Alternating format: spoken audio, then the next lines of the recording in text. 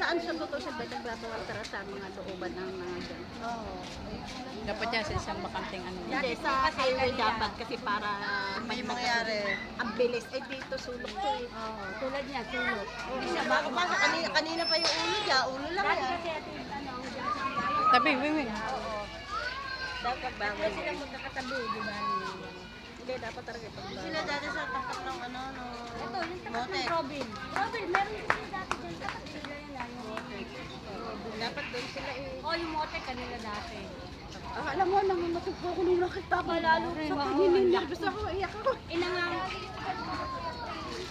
Hindi ko naintindihan kung anong dadamputin ko kanina. Sinong Chris? Yung kanina ang nakmusta na. Mo. Oo, kapatid ni Lani. Nakita ko namumuti yung ano, yung gano'n na yun. wala na, nakakit na yun. Bakit nasunog? Anong ginawa? Ano bang ginawa? Anong ginawa? Nakaupo pa sa isang pwesto. Higa yun. Ang tagal nun. Matagal higa yun. Kasi, didikit yung balat ng dipego niya. Higa yun. Kapatid sila natin nanin. Aba, syempre, aba.